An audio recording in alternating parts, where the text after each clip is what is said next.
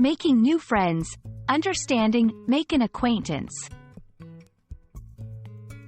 Hello, everyone. Welcome to our channel. Today, we're diving into a fascinating English phrase, make an acquaintance. This term is often used in social contexts, and understanding it can greatly enhance your conversational skills. So, if you're keen on making new friends or expanding your social circle while mastering English, you're in the right place.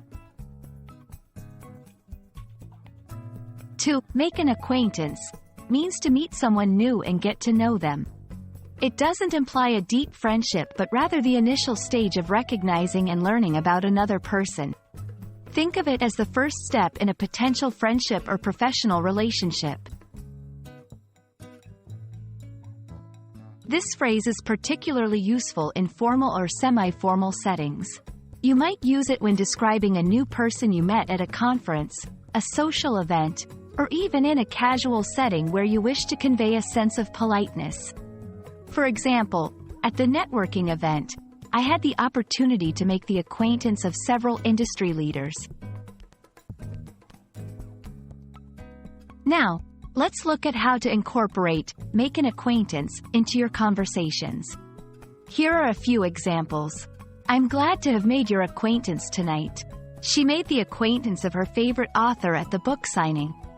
They were looking forward to making new acquaintances on their trip. Notice the versatility of the phrase in different contexts, showcasing how it can be applied to both personal and professional situations.